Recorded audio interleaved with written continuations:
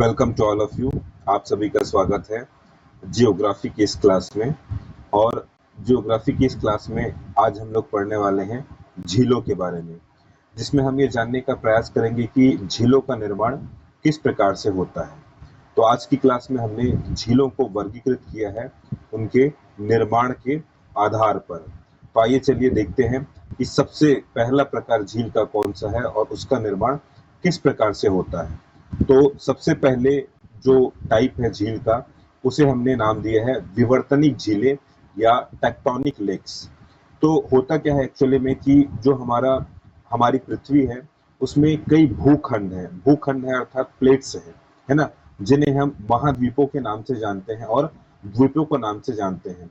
जिनमें यदि देखा जाए तो 6 बड़े भूखंड हैं। वैसे तो हमने पढ़ा है कि 7 महाद्वीप हैं, लेकिन इन 7 महाद्वीपों में 2 महाद्वीप ऐसे हैं जो एक दूसरे से जुड़े हुए हैं या समुद्र के द्वारा अलग नहीं किए गए हैं, जो है यूरोप और एशिया। इन दोनों को यूरेशिया कहा जाता है। तो ये दोनों द्वीपों को मिला के बन गया एक भूखंड, और जिस भूखंड को हम यूरेशियन प्लेट के नाम से भी जानते थे। तो इस प्रकार से देखा जाए तो 6 बड़े भूखंड हैं जिनके अंतर्गत 7 महाद्वीप आते हैं, और इनके अलावा बहुत सारे द्वीप भी हैं इन भूखंडों के रूप में।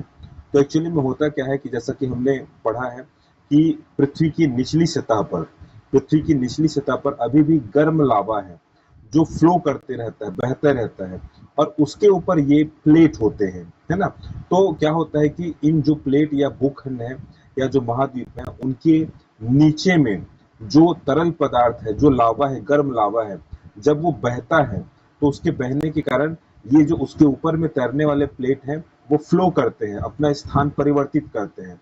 और उससे क्या होता है, जब एक से अधिक प्लेट आपस में टकराते हैं तो टकराने के कारण उन भूखंडों में कुछ परिवर्तन होते हैं। परिवर्तन इस प्रकार से कि उनमें गड्ढे निर्मित हो जाते हैं, क्रेक निर्मित हो जाता है, रिफ्ट बन जाते हैं। और वो जो रिफ्ट बनता है प्लेटों के खिसकने के कारण या धंसने के कारण, उन गड्ढों में या भ्रंश में पानी इकट्ठा हो जाता है, और इस प्रकार से जो झील निर्मित होती है उसे हमने नाम दिया विवर्तनिक झीलें या टेक्टोनिक लेक्स। तो आइए चलिए इनकी विशेषता देखते हैं। तो ये जो विवर्तनिक झीलें होती हैं वो बहुत ही ज्यादा गहरी होती हैं और इनका आकार बहुत बड़ा होता है, अर्थात ये विशाल होती हैं। तो आइए हम अब एग्जाम्पल देखते हैं ऐसी विवर्तनिक झीलों की। तो इसका सबसे बढ़िया और सबसे महत्वपूर्ण एग्जाम्पल है बैकाल झील। बैकाल झील जो रूस में स्थित है, और रूस में स्थित यह बैकाल झील सबसे गहरी है। जैसे कि अभी हमने देखा कि विवर्तनिक झीलें बहुत ही ज्यादा गहरी होती है, तो सबसे गहरी झील विश्व की या हमारी पृथ्वी की सबसे गहरी झील है बैकाल झील। और यह एक मीठे पानी की झील है, और इसकी भी एक खास विशेषता, यह मीठे पानी की सबसे पुरानी झील है। तो इस प्रकार से हमने देखा कि बैकाल झील जो कि रूस में स्थित है, वह विश्व की सबसे गहरी तथा सबसे पुरानी मीठे पानी की झील है। और उसके बाद जो दूसरा एग्जाम्पल है झील का, विवर्तनिक झील का, वह है कैस्पियन सागर। अब ये तो पूरा का पूरा सागर ही है, अर्थात चूंकि इसका आकार बहुत बड़ा है इसलिए इसे हमने सागर नाम दे दिया है। और जस्ट पहले, अभी थोड़ी देर पहले हमने देखा था कि विवर्तनिक झीलों की खासियत होती है कि वो बहुत गहरे होते हैं और विशाल होते हैं, अर्थात इनका क्षेत्रफल बहुत अधिक होता है। तो बैकाल झील जो बहुत ही गहरा है, एक प्रकार का विवर्तनिक झील, और दूसरा विवर्तनिक झील कैस्पियन सागर जिसका आकार बहुत बड़ा है, और इसलिए यह क्षेत्रफल की दृष्टि से विश्व की सबसे बड़ी झील है। और आइए अब हम एग्जांपल लेते हैं हमारे इंडिया का, भारत का। तो हमारे भारत में एक झील है वूलर झील, है ना, जो कि जम्मू कश्मीर में स्थित है, और यह एक विवर्तनिक झील है, और यह मीठे पानी की एक झील है। तो जैसे कि हमने पढ़ा कि विवर्तनिक झील का निर्माण प्लेटों के टकराने से, आकर भूखंडों के टकराने से होता है। तो किन भूखंडों के टकराने से इस वूलर झील का निर्माण हुआ होगा? तो एक्चुअली में आज से हजारों साल पहले एक भूखंड था जिसे नाम दिया गया यूरेशियन प्लेट, और दूसरा भूखंड इंडियन प्लेट। तो जब ये दोनों भूखंड टकराए, इन दोनों के बीच में था टेथिस सागर। तो इन दोनों भूखंडों के टकराने से एक भ्रंश उत्पन्न हुआ या दरार उत्पन्न हुई, और उसी दरार से उत्पन्न हुआ वूलर झील। तो ये वूलर झील जो है वो एक प्रकार की विवर्तनिक झील है जो कि भारत के जम्मू और कश्मीर में स्थित है, और उससे भी बड़ी खास बात की यह मीठे पानी की झील है। आइए चलिए हम आगे बढ़ते हैं, और अब हम पढ़ेंगे दूसरा प्रकार, झीलों के निर्माण का दूसरा प्रकार, जिसे हमने नाम दिया है ज्वालामुखी झीलें या वॉल्केनिक या क्रेटर लेक्स। इसमें दो प्रकार की झीलें आती हैं। एक तो वो जिनका निर्माण ज्वालामुखी से होगा। ज्वालामुखी से कैसे निर्माण होगा? तो ज्वालामुखी का जो मुख होता है ना, ज्वालामुखी का मुख जिसे हम क्रेटर कहते हैं, यदि मुख का आकार थोड़ा बड़ा है तो उसे हम कॉल्डेरा के नाम से जानते हैं। तो जब ज्वालामुखी से उद्गार बंद हो जाता है, अर्थात ज्वालामुखी के मुख से लावा निकलना समाप्त हो जाता है और वो ज्वालामुखी डेड हो जाती है, अर्थात मृत हो जाती है, तब वो जो उसका मुख होता है ना, वो एक गड्ढे का आकार ले लेता है। क्योंकि अब उसमें से लावा तो निकलेगा नहीं, तो वो एक गड्ढे का आकार ले लिया। अब उस गड्ढे में जब पानी भर जाता है तो वही झील का स्वरूप ले लेता है। तो इस प्रकार से जो निर्मित झील है उसे हम ज्वालामुखी झील या क्रेटर झील या वॉल्केनिक झील के नाम से जानते हैं। लेकिन एक और प्रकार का गड्ढा निर्मित होता है, जो निर्मित होता है उल्का पिंडों के कारण। तो जब पृथ्वी से कोई उल्का पिंड टकराता है, तो वैसे तो नॉर्मली मैक्सिमम जो उल्का पिंड है, उल्का है, वो पृथ्वी के वायुमंडल में ही समाप्त कर दिए जाते हैं। लेकिन कुछ बड़े उल्का पिंड होते हैं जो पृथ्वी के वायुमंडल में समाप्त नहीं हो पाते, वो आकर पृथ्वी की सतह से टकराते हैं, है ना। और जब ये उल्काओं के अवशेष या उल्काओं के अस्म अर्थात पत्थर अर्थात उल्का पिंड जब पृथ्वी की सतह से टकराते हैं, तो वो पृथ्वी की सतह पर बड़े बड़े गड्ढे निर्मित कर देते हैं। उन गड्ढों को भी क्रेटर कहा जाता है। जो ज्वालामुखी के मुख होते हैं, जहां से उद्गार होता है, वो भी क्रेटर कहे जाते हैं। और उल्का पिंडों के कारण पृथ्वी पे जो बड़े बड़े गड्ढे निर्मित होते हैं, उन्हें भी हम क्रेटर कहते हैं। अब यदि उल्का पिंडों के द्वारा जो गड्ढे निर्मित किए गए हैं, यदि उनमें भी पानी भर गया, तो उससे भी जो झील झील बना, तो एक्चुअली में वो गड्ढा भी क्रेटर कहलाएगा। और उससे जो झील बना उसे भी हम क्रेटर लेक या क्रेटर झील नाम देते हैं। तो इस प्रकार से हमने देखा कि क्रेटर झीलों का निर्माण दो प्रकार से होता है। एक तो ज्वालामुखी के मुख से यदि उद्गार होना बंद हो गया है, तो जो गड्ढा निर्मित हुआ उससे भी क्रेटर झील का निर्माण होता है। और दूसरा, उल्का पिंडों के पृथ्वी से टकराने से जो गड्ढा निर्मित हुआ, उससे भी क्रेटर झील का निर्माण होता है। आइए हम दोनों के एग्जाम्पल्स देखते हैं।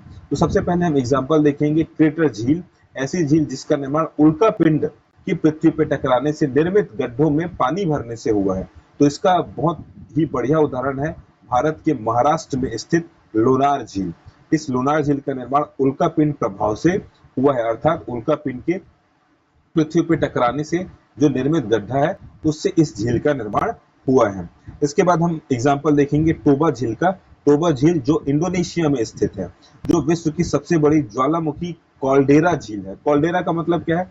क्योंकि उस ज्वालामुखी का मुख बहुत बड़ा था, इसलिए उससे हमने क्रेटर की बजाय क्या कहा? कॉल्डेरा कहा। तो सबसे बड़ा जो कॉल्डेरा झील है ना, वो कहाँ स्थित है? इंडोनेशिया में, जिसे किसके नाम से जाना जाता है? टोबा झील के नाम से जाना जाता है। आगे हम देखेंगे एक और इसी प्रकार की झील का नाम, जिसका नाम है क्रेटर लेक। क्रेटर का मतलब है भाई ज्वालामुखी का जो मुख है, अगर वो छोटा है तो उसे हम क्रेटर कहते हैं। ये कहाँ स्थित है? तो ये स्थित है अमेरिका के ओरेगॉन में, है ना। और ये किस लिए प्रसिद्ध है? तो इस झील का जो पानी है वो बहुत ही साफ है, क्लियर है, एकदम ही ट्रांसपेरेंट है, पारदर्शी है। तो अपनी पारदर्शिता और गहराई के लिए ये क्रेटर लेक बहुत ही प्रसिद्ध है, जो अमेरिका के ओरेगॉन में स्थित है।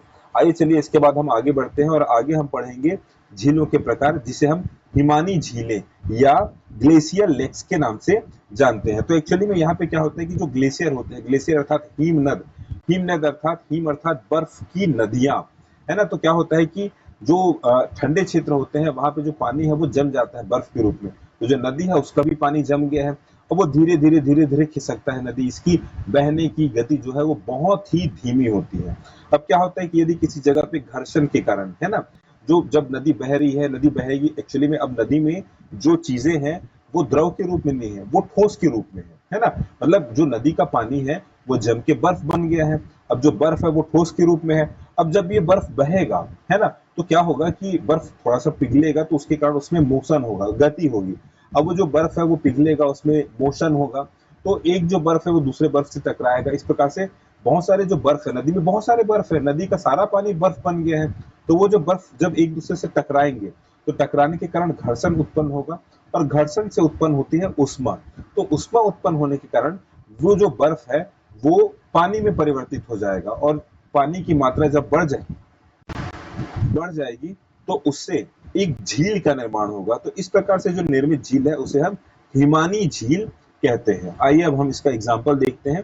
तो इसका एग्जाम्पल हमें मिलेगा हमारे भारत के ही उत्तराखंड राज्य में एक झील जिसका नाम है रूपकुंड झील।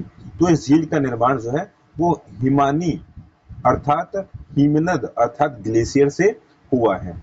दूसरा जो एग्जाम्पल है वो है भारत के सिक्किम में, जिसका नाम है चंगू झील या त्सोमो झील। और इसकी एक जो विशेषता है वो ये है कि यह सबसे ऊंचाई पर स्थित एक सुरम्य झील है। अब देखिए, सबसे ऊंचाई पर स्थित है, इसे हम कैसे याद कर सकते हैं? क्योंकि हमने पढ़ा है कि भारत की सबसे ऊंची चोटी जो है वह सिक्किम राज्य में स्थित है, कंचनजंगा। अर्थात भारत का सबसे ऊंचा स्थल कहाँ, कौन से राज्य में हो गया? सिक्किम में। तो उसी राज्य में है ना, जहां भारत का सबसे ऊंचा चोटी कंचनजंगा स्थित है, वही है भारत की सबसे ऊंची झील चंगू या त्सोमो झील। ठीक है, आइए इसका एक हम एग्जाम्पल और लेते हैं अमेरिका से, है ना। अमेरिका में 5 झीलों का एक समूह है जिन्हें हम महान झीलें, है ना, या महान झीलों के नाम से जानते हैं। ये उत्तर अमेरिका में स्थित है। इसे अंग्रेजी में ग्रेट लेक्स के नाम से जाना जाता है। ये 5 झीलें बहुत ही इंपॉर्टेंट हैं, और इनके समूह में जो 5 झीलें हैं उनका नाम क्रमशः है सुपीरियर, मिशिगन, ह्यूरॉन, ईरी और ऑन्टेरियो। आइए अब हम झीलों के एक नए प्रकार के बारे में पढ़ेंगे जिन्हें कहा जाता है लैगून या अनूप झीलें। अब ये लैगून या अनूप झीलें क्या है, इनका निर्माण किस प्रकार से होता है? तो इनका निर्माण बहुत ही इंटरेस्टिंग है। आइए समझते हैं कि इनका निर्माण तो एक्चुअली में होता क्या है कि जो समुद्र तट होते हैं, समुद्र के किनारे होते हैं, उनमें क्या होता है कि ये हमने बना दिया तट। अब इसमें क्या होगा कि तट के किनारे में कुछ यहाँ पे दीवार जैसे एक संरचना निर्मित होती है, और ये जो दीवार जैसी संरचना है वो किनके द्वारा निर्मित हो सकती है? ये समुद्रों के द्वारा लाए गए, समुद्र के तट के किनारे लाए गए बालू या रेत के द्वारा भी निर्मित हो सकते हैं, या ये मूंगों की भी चट्टान हो सकती है। तो एक्चुअली में होता क्या है कि तट के किनारे पे एक दीवार बन गई, है ना। दीवार जो 2 तरीके से निर्मित हो सकती है, ये समुद्री रेत के द्वारा भी निर्मित हो सकती है, या मूंगे या जिसे हम कोरल के नाम से भी जानते हैं, उनके द्वारा एक चट्टान निर्मित हो जाती है। तो इस तरीके से ये एक चट्टान यहाँ पे निर्मित हो गई। ठीक है, एक दीवार जैसा निर्मित हो गया। अब क्या होगा कि जब समुद्र में ज्वार भाटा आएगा, समुद्र में क्या आएगा? ज्वार भाटा आएगा, तो उससे क्या होगा कि समुद्र का जो कुछ पानी है वो फ्लो होके दूसरी तरफ पहुंच जाएगा। अभी जो पानी जो दूसरी तरफ पहुंचा है ना, जो पानी दूसरी तरफ पहुंचा है, चूंकि अभी जो दीवार बन गई है एक, इसके कारण ये जो पानी है वो फिर से, है ना, वापस समुद्र में नहीं जा पाएगा, और ये पानी इस दीवार के एक और ट्रैप हो जाएगा, है ना, ट्रैप हो जाएगा, अर्थात वहां पे वो बंध जाएगा, रुक जाएगा। तो वो जो वहां पे पानी रुका हुआ है उसके कारण एक झील निर्मित होगी जिसे हम लैगून या अनूप झीलों के नाम से जानते हैं। चूंकि ये तट पे निर्मित हुआ है इसलिए इसे कोस्टल लेक्स के नाम से भी जानते हैं, और इसे केरल में एक स्पेशल नाम दिया जाता है, और केरल में इसे कयाल झील के नाम से। तो इस प्रकार से हमने देखा कि किस प्रकार से कयाल झील का निर्माण होता है, या लैगून या अनूप झीलों का निर्माण होता है। आइए चलिए इसके हम कुछ एग्जाम्पल देखते हैं। तो सबसे पहला एग्जाम्पल है भारत के उड़ीसा राज्य में स्थित चिल्का झील। चिल्का झील भारत की सबसे बड़ी तटीय लैगून झील है, और इसकी खास बात यह है कि यह खारे पानी की भारत की सबसे बड़ी झील है। दूसरा एग्जाम्पल है भारत के ही आंध्र प्रदेश में स्थित पुलिकट झील। एक्चुअली में ये तमिलनाडु और आंध्र प्रदेश के बॉर्डर में स्थित है ना, इसलिए दोनों आंसर हो सकते हैं पुलिकट झील के संबंध में कि ये कौन से राज्य में स्थित है। तो आंध्र प्रदेश और तमिलनाडु के बॉर्डर में स्थित है। यह भी एक खारे पानी की झील है, जो दूसरी सबसे बड़ी खारे पानी की झील है ना। और तीसरा जो एग्जाम्पल है वो केरल का है। केरल में एक जो झील है जिसका नाम है वेम्बनाड झील, ये भी एक लैगून या अनूप झील है, जो भारत की सबसे लंबी झील है। यह एक प्रसिद्ध कयाल है, और एक बहुत महत्वपूर्ण चीज इसके बारे में कि ये जो झील है वेम्बनाड झील, इसमें नौकायान प्रतियोगिता आयोजित की जाती है, जो कि बहुत ही प्रसिद्ध है। आइए चलिए हम आगे बढ़ते हैं, और आगे हम देखेंगे झीलों के 5वें प्रकार के बारे में, जिसका नाम है गोखुर या छाड़न झीलें। आइए चलिए इसे समझने का प्रयास करते हैं कि गोखुर या छाड़न झीलों का निर्माण किस प्रकार से होता है। तो एक्चुअली में क्या होता है कि ये गोखुर या छाड़न झीलों का जो निर्माण है वो मैक्सिमम उत्तर भारत के मैदान में होता है, और उत्तर भारत में बहने वाली नदियां ऐसी होती है जो हर साल अपना मार्ग बदलती है। मार्ग बदलने के कारण क्या होता है, इसको आइए समझते हैं। तो फॉर एग्जाम्पल माना कि कोई साल नदी इस तरीके से इस रास्ते से बह रही है, तो ये नदी का रास्ता हो गया, ठीक है। फिर वो क्या करेगी कि नेक्स्ट ईयर वो क्या करेगी, अपना रास्ता थोड़ा बदलेगी, है ना। अब वो थोड़ा सा वो सर्पिलाकार मोड पे बहती है, अर्थात विसर्प की तरह बहती है। तो वो नेक्स्ट टाइम वो कुछ इस तरीके से बही, ये इसका है ना नदी का नेक्स्ट ईयर ये रास्ता हो गया, है ना। वो नेक्स्ट ईयर थोड़ा और मुड़ते हुए बहेगी, तो वो नेक्स्ट ईयर इस तरीके से बह गई, ठीक है। और नेक्स्ट ईयर अब वो क्या करेगी कि अब उसका एक रास्ता बन चुका है ना, लेकिन अब वो अपना पुराना रास्ता छोड़ के, है ना, अभी का जो रास्ता है वो छोड़ के वो जो स्टार्टिंग में जिस रास्ते से बहती थी उस तरह रास्ते से बहना प्रारंभ कर देगी। तो उससे क्या होगा कि देखिएगा, ये एक रास्ता बना हुआ है नदी का, ये रास्ता, ठीक है। अब ये रास्ता छोड़ के नदी क्या करेगी कि नदी नेक्स्ट टाइम सीधे बह जाएगी। सीधे बह जाने के कारण क्या होगा कि जो पुराना उसका रास्ता था उसमें जो पानी है वो उसी तरीके से रह जाएगा। अब ये देखिए, ये जो पुराना जो रास्ता है जिसमें पानी भरा हुआ है, ठीक है, तो उसके द्वारा एक झील का निर्माण होगा। तो ये जो रास्ता है ना, पुराना रास्ता, उसमें पानी भर गया, है ना। नदी तो अब नए रास्ते से बह गई, लेकिन पुराने रास्ते में जो पानी भरा है उसमें एक झील का निर्माण होता है। अब चूंकि इसका शेप गाय के खुर के समान होता है, इसलिए इसे गोखुर झील के नाम से जाना जाता है। या फिर होता क्या है कि ये रास्ता नदी ने छोड़ा है जिससे झील का निर्माण हुआ है, इसलिए इसे छाड़न झील के नाम से भी जाना जाता है। आइए चलिए हम इसके कुछ एग्जाम्पल देखते हैं जो हमारे भारत में स्थित है। तो बिहार में एक झील है जिसका नाम है कांवर झील, जो एक प्रकार का गोखुर झील या छाड़न झील है, जो एशिया की सबसे बड़ी प्राकृतिक गोखुर झील है ना। दूसरा जो एग्जाम्पल मिलेगा वो हमें मिलेगा गंगा एवं ब्रह्मपुत्र के मैदानों में। गंगा एवं ब्रह्मपुत्र के मैदानों में इन्हीं झीलों को बील या ताल या छाड़ के नाम से जाना जाता है। आइए अब हम आगे बढ़ते हैं और छठवां प्रकार देखते हैं झीलों के निर्माण का, जो हवा द्वारा निर्मित होता है। इसे हवा द्वारा निर्मित झीलें या प्लाया झीलों के नाम से जाना जाता है। तो क्या होता है, शुष्क तथा मरुस्थलीय जो प्रदेश होते हैं उनमें तेज पवनें जो है वो मिट्टी को उड़ाकर ले जाती है। मिट्टी को उड़ाकर जब वो ले जाती है तो जिस स्थान की मिट्टी को उड़ाकर ले जाया गया पवनों के द्वारा, वहां पे गड्ढों का निर्माण हो जाता है। उन गड्ढों में वर्षा का जल एकत्र हो जाता है, जिससे वहां झीलों का निर्माण होता है। चूंकि ये हवा के द्वारा निर्मित है, इसलिए इन्हें हवा द्वारा निर्मित या प्लाया झीलों के नाम से जाना जाता है। ऐसे झील भारत में राजस्थान में पाए जाते हैं, जिनके एग्जाम्पल यहाँ पे दिए गए हैं, सांभर झील और डिंडवाना झील। सांभर झील इनमें बहुत ही खास है, भारत की सबसे बड़ी अंतर्देशीय खारे पानी की झील है सांभर झील। और दूसरा है डिडवाना झील, ये भी राजस्थान में ही स्थित है। तो ये हमने देखा महत्वपूर्ण झीलों के बारे में, झीलों का निर्माण किस प्रकार से हुआ है, इसे हमने समझा। Thank you.